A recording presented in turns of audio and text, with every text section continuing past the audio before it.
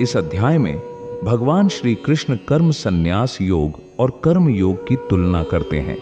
वे कहते हैं कि मनुष्य इनमें से किसी भी रास्ते को चुन सकते हैं, क्योंकि दोनों ही रास्ते एक ही जगह तक पहुंचाते हैं। हालांकि वे समझाते हैं कि कर्मों का त्याग करना काफी कठिन है और यह केवल उन्हीं लोगों द्वारा संभव है जिनका मन पूरी तरह से शुद्ध हो। भक्ति भाव से किए गए कर्म ही मन की शुद्धि कर सकते हैं। इसलिए अधिकतर मनुष्यों के लिए कर्म योग एक अधिक उपयुक्त मार्ग है। आप देख रहे हैं हमारी नई श्रृंखला गीता का ज्ञान। भगवान आपके द्वार पर आने से पहले मैं बहुत कमजोर महसूस करता हूं, लेकिन आपकी दहलीज को छूते ही मेरा स्वरूप बदल जाता है। श्रीमद् भगवद गीता के 5वें अध्याय से हमें क्या सीखना चाहिए? तीसरे अध्याय में यदि आपने सुना और समझा हो तो अर्जुन ने एक प्रश्न पूछा था कि भगवान, यदि आपको ज्ञान योग प्रिय लगता है तो मुझे कर्म योग में क्यों उलझा रहे हैं? मुझे कठिन कर्मों की ओर क्यों धकेल रहे हैं? अर्जुन का मानना था कि ज्ञान योग बेहतर है, हारने पर स्वर्ग मिलता है और जीतने पर महान सम्मान। इससे बेहतर क्या हो सकता है? फिर 5वें अध्याय की शुरुआत में ही धनुर्धर अर्जुन ने भगवान से प्रश्न किया कि हे श्री कृष्ण, आप कभी सन्यास के माध्यम से किए जाने वाले कर्म की प्रशंसा करते हैं और कभी निष्काम कर्म की। इन दोनों में से कौन सा एक कर्म है जो कि आपका निश्चित मान्य है और जो परम कल्याणकारी है? उसके बारे में प्रभु बताइए। हम प्रयास करेंगे कि ये समझें कि कौन सा सरल है और कौन सा सही रहेगा। तब भगवान श्री कृष्ण ने जवाब देते हुए कहा, चाहे सन्यास के माध्यम से किया गया कर्म हो या ज्ञान मार्ग से किया गया कर्म हो, निष्काम भाव से किए जाने वाले कर्म ही परम श्री मोक्ष की प्राप्ति का मार्ग खोलते हैं। लेकिन फिर भी निष्काम कर्म योग ज्ञान योग की अपेक्षा श्रेष्ठ होता है। अब सवाल यह उठता है कि यह श्रेष्ठ क्यों है? श्री कृष्ण कहते हैं, हे पार्थ, निष्काम कर्म योग का आचरण किए बिना कोई भी सन्यास नहीं कर सकता है। सन्यास का मतलब होता है कि सभी इच्छाएं त्याग देना, अपनी सभी इच्छाओं से सन्यास ले लेना। जब तक आपने योग या कर्म शुरू ही नहीं किया और सिर्फ ध्यान में ही लगे रहे, तो आप उस मोक्ष तक कैसे पहुंचेंगे? इसका मतलब यह है कि ज्ञान योग में भी कर्म करना पड़ेगा। ऐसा नहीं है कि आपने मान लिया कि मैं पहुंच चुका हूं, अहम ब्रह्मास्मि, और बस इससे बात नहीं बनेगी। यह सिर्फ पाखंड होगा। भगवान श्री कृष्ण कहते हैं कि इन दोनों में जो अंतर है वह केवल कर्ता के दृष्टिकोण का है। एक अपनी शक्ति को समझकर और हानि लाभ को सामने रखकर यहाँ खड़ा है और सोचता है कि मुझे यहाँ से वहाँ पहुँचना है। वहीं दूसरा अपने इष्ट पर निर्भर होकर, प्रभु पर निर्भर होकर ध्यान में लीन होता है। उदाहरण के तौर पर मान लीजिए 2 छात्र हैं। एक प्राइवेट मोड से पढ़ाई कर रहा है और दूसरा रेगुलर मोड से। दोनों का पाठ्यक्रम एक ही है, परीक्षा एक ही है और परीक्षक भी वही है। रिजल्ट भी सबका एक ही आने वाला है, केवल उनका दृष्टिकोण अलग अलग है। भगवान श्री कृष्ण कहते हैं कि हमें अपने चित्त को ध्यानस्थ करना है और कर्मों को पूरे समर्पण के साथ करना है। युद्ध के मैदान में उतरते समय भी हमें इष्ट पर निर्भर रहना चाहिए। निष्काम कर्म योग में क्रिया एक है और परिणाम भी एक ही होता है।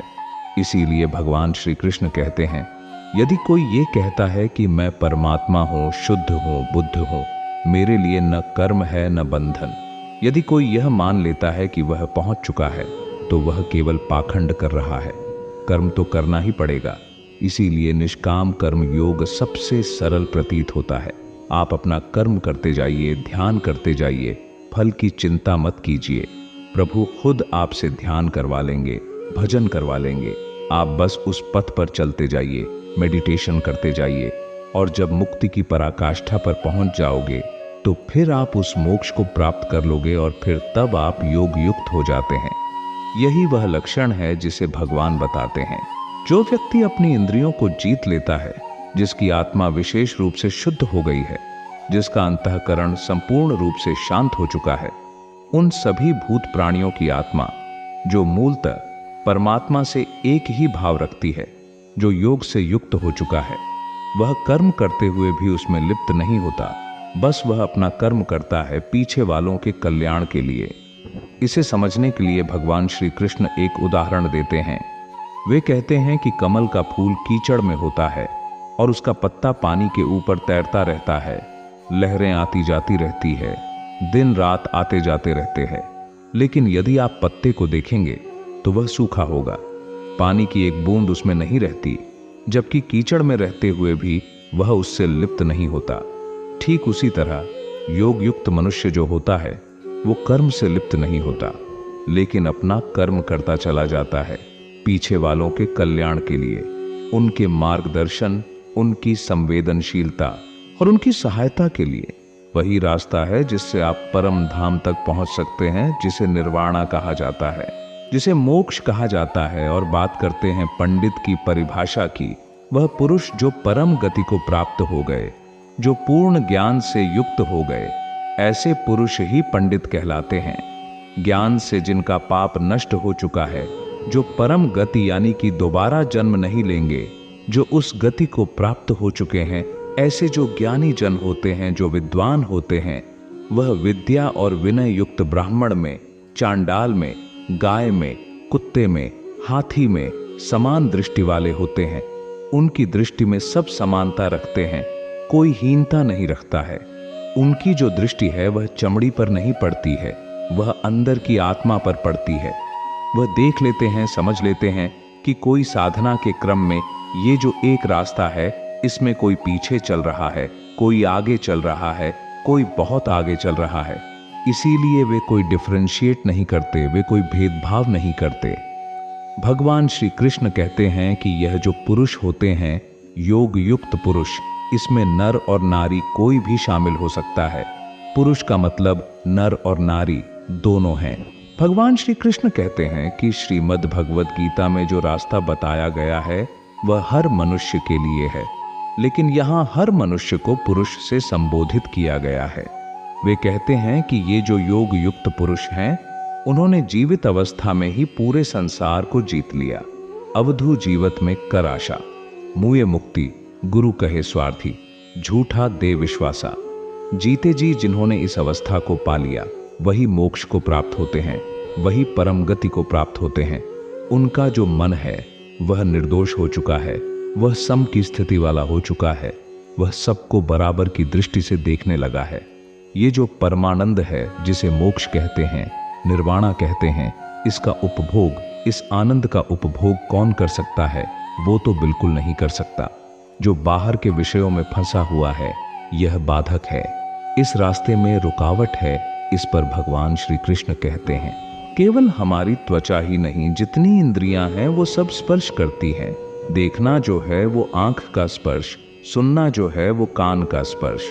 जो इंद्रियां हैं और जो विषय हैं, उनके संयोग से यह भोग उत्पन्न होते हैं और भोगने में बड़े प्यारे लगते हैं, बड़ा अच्छा लगता है। लेकिन ये दुख योनि है, दुखद योनियों के कारण भी यही भोग बनते हैं। ये भोग ही अलग अलग जन्मों में हमें भेजते रहते हैं, हमारी आत्मा को इस जन्म मृत्यु के चक्कर में फंसाए रखते हैं। इसीलिए भगवान श्री कृष्ण कहते हैं कि जो बुद्धिमान पुरुष होते हैं, जो विवेकी होते हैं, वो कभी भी इसमें नहीं फंसते हैं। अर्जुन को एक बार फिर से मोटिवेट करते हुए वे कहते हैं, जो मनुष्य शरीर के नाश होने से पहले ही काम और क्रोध से जो यह राग उत्पन्न हो रहे हैं, जो वेग आ रहा है, उसको मिटा देने में जो सक्षम है, वही इस लोक में योग से युक्त है, वही परम धाम को प्राप्त हो रहा है। और असल मायने में वही सुखी है जिसके पीछे दुख नहीं है, वो सुख में परमात्मा में स्थिति वाला है। अब आप सोच रहे होंगे कि कर्म के बारे में इतनी बार बात की गई, ध्यान के बारे में इतनी बार बात की गई, लेकिन वो ध्यान की सही विधि क्या है? वो प्राण अपान की गति को रोकने की विधि क्या है? वो क्रिया कौन सी है? तो आगे भगवान श्री कृष्ण कहते हैं, हे अर्जुन, बाहर के विषयों के बारे में, दृश्यों के बारे में चिंतन नहीं करते हुए उन्हें त्याग करके जो नेत्रों की दृष्टि है उसको भ्रिकुटी के बीच में स्थिर करके ध्रुवो अंतरे। इसका मतलब ये नहीं कि आंखों के बीच में जो ये भौं हैं, इनके बीच में, आईब्रो के बीच में कहीं आप देखने लगे, ऐसा नहीं।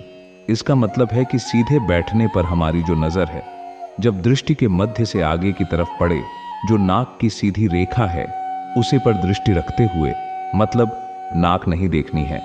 उस तरफ फोकस करते हुए जो श्वास और प्रश्वास जो आ रही है और जा रही है, उस पर ध्यान लगाना है कि कितनी देर के लिए अंदर गई, कितना रुकी और कब बाहर निकली।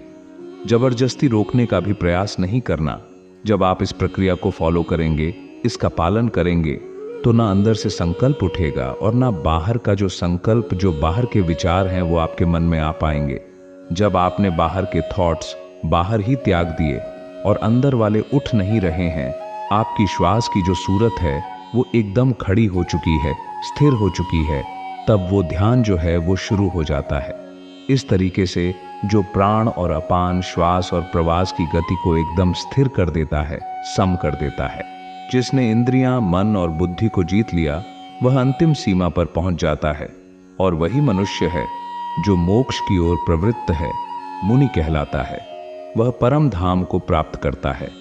आगे भगवान कहते हैं कि वह जो मुक्त पुरुष है, वह मुझे यानी यज्ञ और तप का भोगने वाला है, संपूर्ण लोकों के ईश्वर, संपूर्ण प्राणियों का स्वार्थ रहित, स्वार्थ के विपरीत है लेकिन हितैषी है, ऐसा जानकर के उस शांति को प्राप्त होता है। श्री कृष्ण कहते हैं कि उस पुरुष के श्वास और प्रश्वास का, यज्ञ और तप का भोक्ता स्वयं मैं हूं। यज्ञ और तप के अंत में जहां विलय होता है, वहां मैं हूं। उसे जो प्राप्त होता है, जो शांति मिलती है, वह मेरा स्वरूप है। इसलिए यज्ञ और तप का भोक्ता महेश्वर है। शुद्ध बुद्धि वाले कर्म योगी फल की चिंता किए बिना अपने सांसारिक कर्तव्यों का पालन करते हैं। वे अपने सभी कार्य और उसके परिणाम भगवान को समर्पित करते हैं। जिस प्रकार पानी पर तैरता हुआ कमल का पत्ता गीला नहीं होता, उसी प्रकार कर्मयोगी भी पाप से अप्रभावित रहते हैं। वे जानते हैं कि आत्मा शरीर के भीतर निवास करती है, जो 9 द्वारों वाले शहर की तरह है।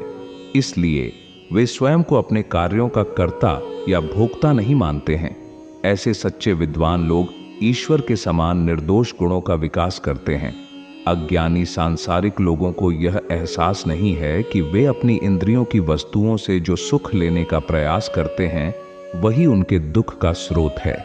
हालांकि कर्म योगियों को ऐसे सांसारिक सुखों से कोई आनंद नहीं मिलता है। इसके बजाय वे ईश्वर के आनंद का आनंद लेते हैं जो उनके अंदर रहता है। तब भगवान श्री कृष्ण कर्म संन्यास योग या त्याग के मार्ग का वर्णन करते हैं। उनका कहना है कि कर्म सन्यासी कई तपस्या करके अपने मन, बुद्धि और इंद्रियों को नियंत्रित करते हैं। बाहरी सुखों के अपने सभी विचारों को बंद करके वे भय, इच्छा और क्रोध से मुक्त हो जाते हैं और अपनी सभी तपस्याओं में भगवान की भक्ति को शामिल करके वे लंबे समय तक चलने वाली शांति प्राप्त करते हैं। 5वें अध्याय में बस इतना ही। जल्द मिलते हैं अगले अध्याय में। वीडियो कैसा लगा जरूर बताएं और हमें फॉलो भी जरूर करें। जय श्री कृष्णा।